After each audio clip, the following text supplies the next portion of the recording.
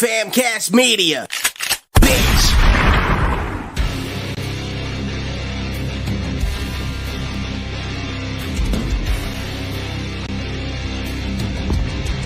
Ladies and gentlemen, boys and girls, persons of all ages, welcome to the most exclusive group in the wrestling community. And now, your hosts, first, from Guadalajara, Puerto Rico, Macho Rodriguez, and his tag team partner from New Brunswick, Canada, God's gift, Tyler Taylor!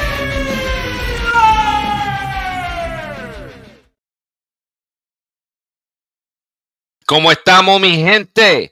Here we are for a live edition and my review of AEW All Out. First things first, let's get this shit out the way. This show was better than the one we got last week. All Out is by far the best AEW show we've gotten in years. It eclipses Forbidden Door as well. But let's jump right into it, guys. How about it? 0 Hour gets started with the over-budget Battle Royal, and the first thing that comes to mind is, why is Adam Page in this match? I feel like I'm on an island all by myself when I sit here and I say to myself, hey, self, why is Adam Page not being used properly? Why is Adam Page being scrubbed out to the pre-show? I really have no idea what the thought process is. But anyway, he comes out with the win because, honestly, there was no other option. So he gets the win. He gets the prize for his charity of his choosing. Right from there, we go to the Trios Women match. And this match is pretty solid for a 0 Hour match, I thought. We have Athena, Mercedes, and Diamante versus Sky Blue and Willow Nightingale. Oh, and Sheeta.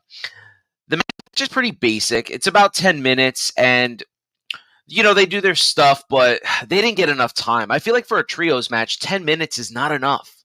We need more time for the women wrestlers. I don't know what's going on in the E and this company, but honestly, I feel like the women just kind of get side bumped for it. Like, it's like, you know what? You're going to be the Zach Gowen of the night. Check out that reference. It's a good one. Anyway, the final match of 0 Hour is the Acclaimed versus Jeff Jarrett's crew. We got Jeff Jarrett, a 6'3" Jay Lethal. KK? Listen, I've stood right next to that man in a professional wrestling ring. I can promise you he's not 6'3". I am 5'10". We are the same height. Okay? Just letting you guys know. Jeff Jarrett and Singh. This match itself, it was super fast. It was what it was. This match was designed specifically to get to the main event. That's what we did here. All we did was, let's put the Acclaim out there, pop the crowd real quick, and just get it rocking so we can get the actual show started. And of course, we get the show started with the Ring of Honor Tag Team Championships. We have MJF and Adam Cole versus Dark Order. Now, I feel like Dark Order's kind of been relegated to be like this enhancement talent, but listen, enhancement talent don't get pay-per-view matches, so don't get me wrong. These cats are pretty good, but obviously it's all about MJF and Adam Cole. That's what I got out of this match. The match itself was okay, but it was all about furthering the story with the best friends and furthering the neck injury for MJF. I think it's a way to keep him super strong, so if Adam Cole if that's the guy that they decide is going to dethrone MJF as the AEW World Champ, I think they're going to play up the neck injury a lot to progress the story, to keep it going. You also got to remember that both of Adam Cole's finishers are above the shoulder moves. He's got the Shining Wizard and he's got the Canadian Destroyer. So, I mean, I think that's telling in itself. But listen, guys, I got to stop here. Before I move on to the next match, I got to say, a couple of weeks ago, Anti-Wrestling Fan on TikTok was talking to fans about, was talking to other wrestling creators about how long-term storytelling and an old program are not the same thing. And she was very clear, and she goes into it telling him, like, hey, two guys getting a photo backstage and then them working each other 10 years later, that's not a long-term story. And I very politely stitched in and told her, I agree with everything you're saying. It was perfect. I'm not disagreeing with you. Great point. But how amazing would it be if we got a callback to MJF and Samoa Joe?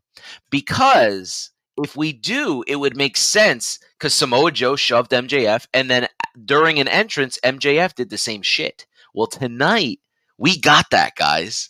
As Samoa Joe comes down to the ring, he shoves MJF in the same way he did NXT, but this time he gives him a little shit-eating smirk. I thought that was such an exceptional way to like pay nod to something in the past. And of course, MJF bum rushes the ring, and they have a little barn burner or whatever, and then they need to be separated. I thought, you know what? This is great, because what if we get Samoa Joe versus MJF? Those promos are going to be fire as fuck. But we're going to move on to Samoa Joe versus Shane. The match starts off hot and heavy. I mean, this is like, I'm in a Discord group, and these guys were just saying it, so I'm going to say it on here. It was meat slapping meat. Let me tell you something. This was hard hitting. After Rhea and Raquel last night, and then this match, I'm telling you, big people in professional wrestling, they're getting their due. This was a really physical battle. Not as physical as a match we're going to talk about a little later. But honestly, I thought this was really good. My favorite spot was definitely Samoa Joe putting the coquina clutch on Shane, only for him to walk forward and give him a hanging stunner. Guys, that's pretty unique right there. A hanging stunner? We've seen a lot of things, but I can't tell you the last time I saw something like that. I really enjoyed the match. I liked how Joe really just beat the snot out of him. I think it helped elevate Shane as well, because it's slowly going to like familiarize him with a lot of the fans in AEW that don't watch Ring of Honor. I like when they do stuff like this. Let's put those Ring of Honor titles on the AEW PLEs so that way people can, get used to those workers down there. Let's use Ring of Honor like in NXT. I don't really like saying that, being that I grew up with Ring of Honor, but I understand that, and I understand that that's how the business goes. Samoa Joe gets the win here with the coquina clutch. It's pretty solid. Up next, we have Darby Allin versus Luchasaurus. They played Darby's back injury all match. I mean, he really got his ass kicked in this match. I don't know. I feel like, are we going backwards with Darby? Not because he's losing, but I really feel like this was the spot to have him win, because if you have him win, or you have Christian somehow cost him the match, like in like a conniving way, I think it helps elevate Darby. But I was really surprised that Darby didn't win this match, especially because Luchasaurus really doesn't win anything. Maybe it's just me, but next stop we have what I thought. I felt like I kept saying this to myself: match of the night, match of the night, match of the night. That's how good All Out was, guys. So we have Powerhouse Hobbs versus Miro. This was tough, man. This was Yokozuna versus Vader. This was guys just nailing each other. Like, I'm sure you guys have heard stories about Earthquake and Big Boss Man just slapping the shit out of each other in the ring. That's what this felt like. I love this match. I feel like we're getting back to this style because we have either average-sized professional wrestlers or we have guys this size. We don't really have the big, beefy Wardlow guys. That's not really something we get anymore. It's either one or the other. Either you're going to be a super heavyweight or you're going to be a regular size guy like an MJF and Adam Cole, Bryan Danielson, or so on and so forth. All right, so this match is so hard-hitting. Obviously, it is designed to specifically get Miro to that next spot. So after what happened yesterday, which I'll talk about here, CM Punk being let go, I'll give more thoughts at the end of this. I felt like Miro needed to be pushed in the right direction. I felt like Miro needed to keep getting some wins. I felt we needed him to further himself up the card. He's just been kind of relegated to all these different things, but he's not actually been put in a great spotlight. And I've said this a lot about Karrion Kross. If he had someone like Lana, he would be over already because Scarlett's not really a great talker. It's been pointed out to me that she's really good in terms of comedy, but she's not a great like talker. She can't really put someone over. Lana can. And as soon as I said that shit yesterday, here we are today, and CJ Perry is in AEW. CJ Perry is elite. She is a part of this company now. She comes out to help her husband after Powerhouse Hobbs takes the loss not so well. She hits him with a chair, distracts him for Miro to hit him with two nice chair shots, one to the back and then one to the top of the head. And oh my God, guys, you got to stop with the head chair shots. We know too much already. Either that or Hobbs, put your hands up. I mean, this isn't 1985 where you just got to take that shit. This isn't ECW in the early 2000s where it's a badge of honor. We need to be more respectful of the head. Let's try to do that next time. But what I found out was so perplexing was that after this match, Miro wasn't really happy that his wife was there. Now, I don't know if they're going to play up this whole stupid angle that, you know, fragile men don't like when women come out and help them. But I'm just really hoping that we get a really good pop later on, that we get them together, and hopefully Miro wins the title. Maybe he's the guy that beats Jon Moxley, but we'll get to that. All right, next up we have Ruby versus Chris Statlander. Listen, I'm a fan of both of these women. This match was solid. It was not great. They were given ample time, so I felt. But what really stuck out to me was Toni Storm. Just the addition of Toni Storm costing Ruby the match. The fact that we're furthering the character of like the Harley Quinn / Marilyn Monroe, kind of like, I'm ready for my close-up, Mr. DeMille. Like that style, you know, go back and watch it. Mulholland Drive. Wow, I can't talk. I'm so excited. I'm sorry. But I really enjoy Toni's character right now. I think she's got a good presentation. I think all in all, she's a great in-ring performer. And as my buddy Pat says all the time, this is what she's been missing. She's been missing this one thing. So I wouldn't be surprised if her contract runs out, if H gets on the phone and he's like, hey, come back here. We can make this work. Because we know that her and Rhea Ripley can tear the house down. Her and Piper Niven can tear the house down. Her and Charlotte Flair can tear the house down. But sticking to this company, obviously, you know, Chris retains the title. And the match itself, like I said, was just okay. Now, I'm rocking my dude's shirt because I really thought this was going to be the match of the night. I didn't think it would get eclipsed, but I promise you it did. Bryan Danielson versus Ricky Starks was a way to make a star. Let me say that again. Bryan Danielson versus Ricky Starks was designed to make a star. Bryan fed him so much heat. He beat the snot out of Bryan Danielson. Ricky looked like $1,000,000. The addition of Big Bill into the match and Ricky the Dragon Steamboat only told me that Ricky can't move as fluid and fast as he used to. So we're not going to get that WrestleMania versus Chris Jericho, Ricky the Dragon. Okay. So if that's what you guys are expecting, there's a reason why Bryan came back early from injury. Getting back to this match, I thought these strap hits were jarring. I mean, they were uncomfortable to watch. Bryan is my favorite worker, and to watch him get hit in the face with a strap, I thought, wow, man, that's killer. Like, we got to be a little bit calmer. Like I said, like Bryan, out of all people, he knows what head injuries are like, but I can't imagine you would catch a concussion from a strap. But I felt like this match, what it did was it helped elevate Ricky Starks. We already know that his star is on the rise. But the finish of this match, guys, is what's going to stick out to everyone. Will this be his WrestleMania 13 moment? Will this be his bloody face not tapping to the sharpshooter?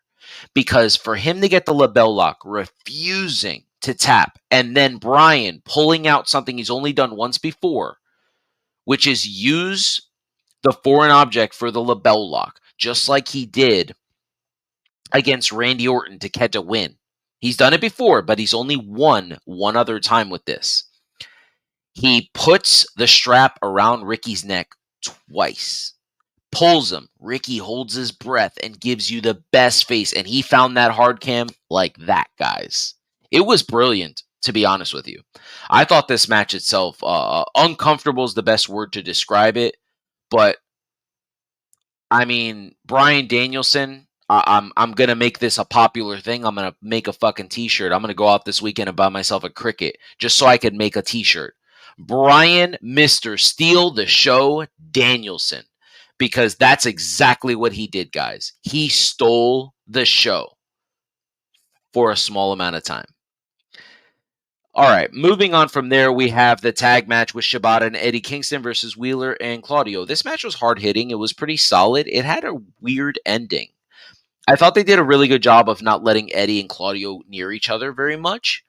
But what I found was good was that they actually ended with Eddie and Claudio. They didn't have a lot of offense towards each other. But I really love how, for years, guys, we have been talking up these European uppercuts by Cesaro, right? Then he goes over to AEW and he decides to take his offense with him. He's doing the big swing. He's doing the elevated European uppercut. And he hits one of the loudest European uppercuts we've ever heard. So you know it was a solid shot. I mean, you absolutely knew that. And from there, he just catches a pin.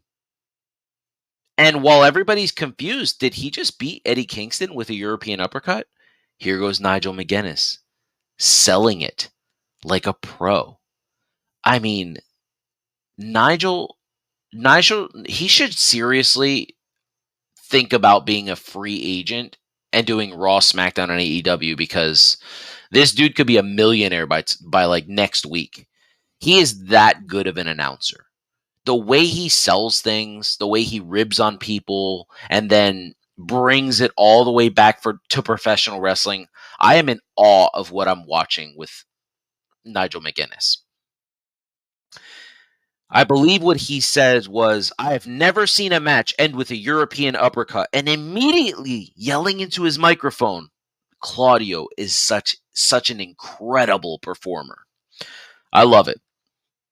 So, now we're down to the final couple of matches, guys. I wanted to give a little more time on these because I really like these. Kenny Omega versus Takeshita, I thought, was the second match to make a superstar. Because Kenny loses clean.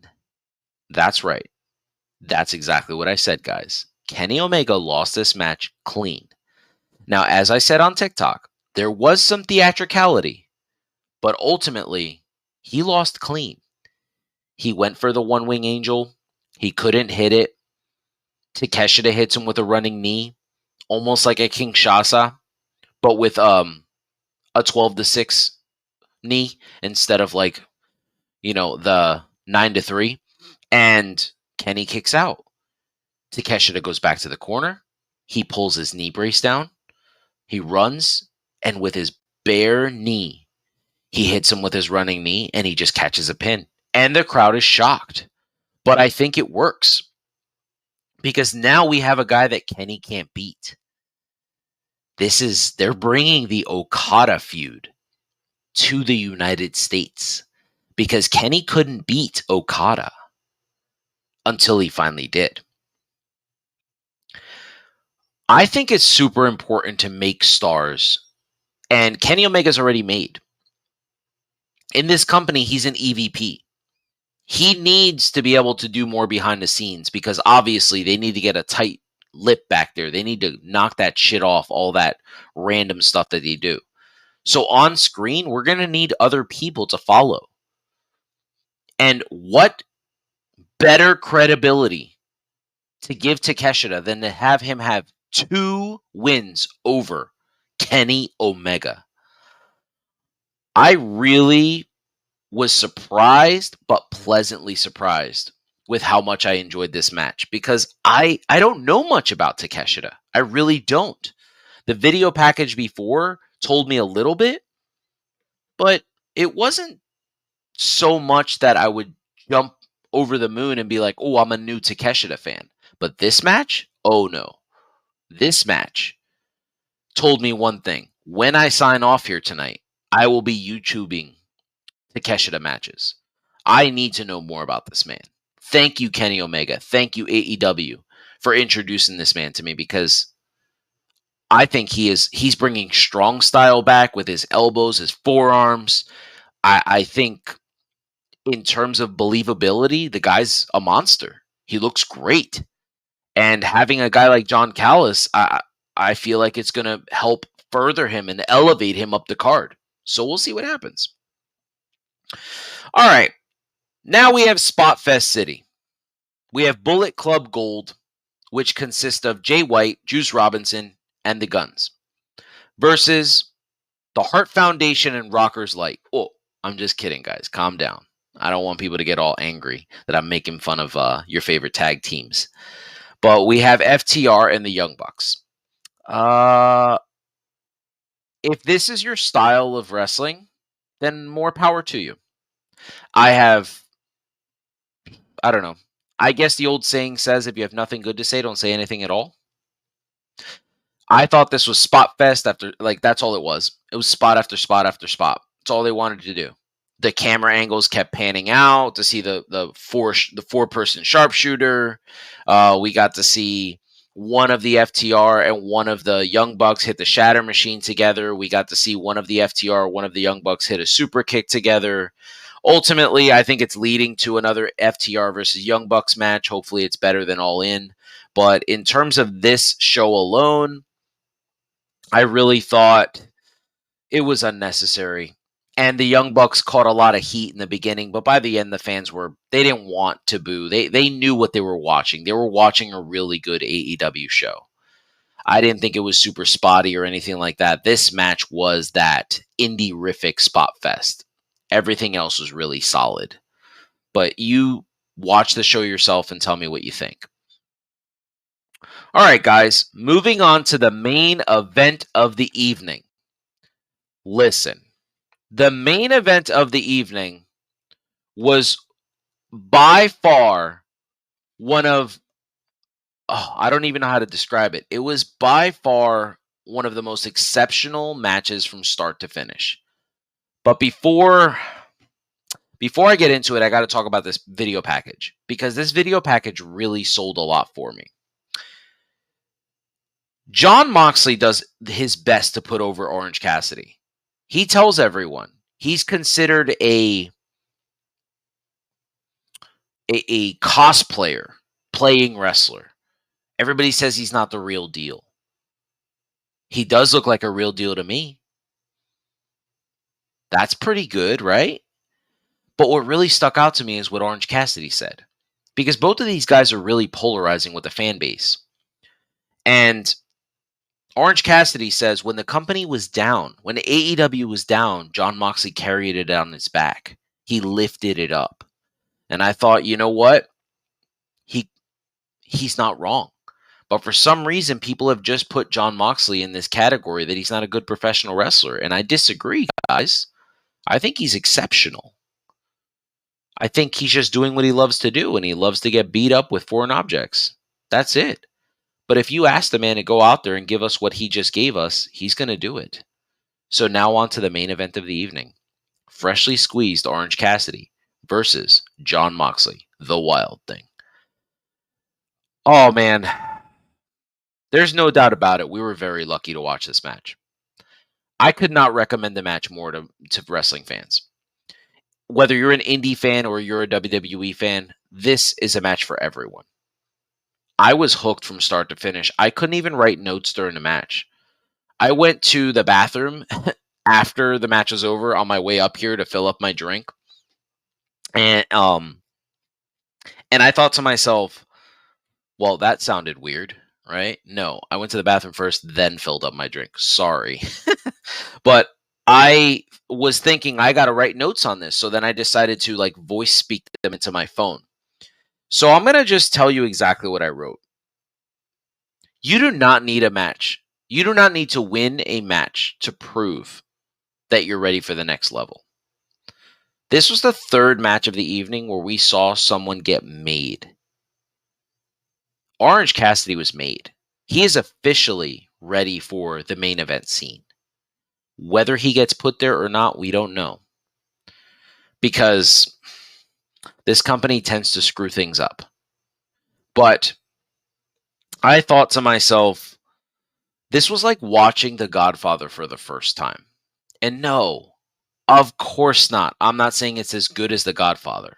That would be ridiculous. What I'm saying is the first time you watch The Godfather, the first time you watch Inglourious Bastards, the first time you went to a museum, the first time you saw something that touched your soul, it was a type of art, right? And it meant something to you. I was so hooked. This was like going to a movie theater and refusing to check what time it was. I couldn't take my eyes off the screen. I thought, my God, we are watching an absolute magic fest right here. This was something I didn't know that these guys could do. You just heard me talk to you on here about what I think about Jon Moxley, so I knew that he could do it, but I didn't know Orange Cassidy could. I really didn't. He sold his ass off. He made me believe everything, and he got his ass kicked in this match, guys. I really, really think that in terms of professional wrestling, we have gotten to the point where we are hypercritical. And I really want people to just enjoy wrestling. Please do yourself a favor, go back and watch Orange Cassidy versus Jon Moxley, because I'm going to put it on the level of Adam Page and Kenny Omega versus the Bucks, Bryan Danielson versus MJF, Kenny Omega versus Will Ospreay. It is that level good. And the best part about it is these two are just like behind the scenes top stars. They're not one of the most notable names. There's no MJF in this match. There's no Bryan. There's no Punk. There's no Kenny. There's no Bucks. It is just Jon Moxley, break glass in case of emergency, and Orange Cassidy, a 15 to 20 minute guy who can give you a solid television match. But he is so ready for the main event because he just closed the show in Chicago the day after a controversy, and the crowd was on its feet. They did not care that CM Punk was there because Orange Cassidy gave them everything they wanted, guys. It was beautiful. It was an art. Please go back and watch it. My overall thoughts on the show was I'm going to give it a 4.25 empanadas because I really think that they saved all their good stuff for this week. I'm going to make a controversial statement here. All In was 100% an indie show in front of a jam-packed crowd. A 80,000 person jam-packed crowd. This felt like a professional wrestling show. And this felt like something WWE would have run. I don't know if maybe they decided they wanted to prove their worth. I don't know what the decision was or who made the decisions to get us to this point. But I'm happy that they did. Because up until this show started, I thought to myself, this is going to be terrible. All right, guys, let me move over to some of the questions in the comments. AEW is woke hot garbage. Whoa, that's a pretty harsh statement there. I mean, most of the time I would say, yeah, there's some garbage. There's definitely garbage wrestling, but definitely not going to get political. Crybabies from workers all the way to management. Well, that is true. The Young Bucks definitely are. And that video yesterday after Punk getting fired, that didn't help their stock there. JJ has a crew. I don't necessarily get that one. I'm sorry, Papa. Adam Cole is the man who could make it in the WWE main roster. Well, I don't think he was really given a chance. I think he bet on himself. He decided, you know what? I'm going to go out there and I'm not a manager. I'm going to go out there and I'm actually going to work. And to be quite honest with you, I think he's the better one of the tag team. I think he's miles apart better than MJF, but obviously MJF has the look, so we're going to go with that. But I think he's a better talker than him too. Well, at least MJF is not a crybaby bitch like Jungle Boy. Well, I think Jungle Boy did what he did to get time off, and I don't think Punk liked it, but I'm sure we'll find out more information as it goes on. I keep waiting for the CM Punk statement, but let's see. AEW do not do PLEs. They're relegated to pay-per-view. Yeah, that's true. That is true. I like that I can say pay-per-view again without getting without feeling like I messed up. So I really enjoyed it, though. I thought it was a really good show.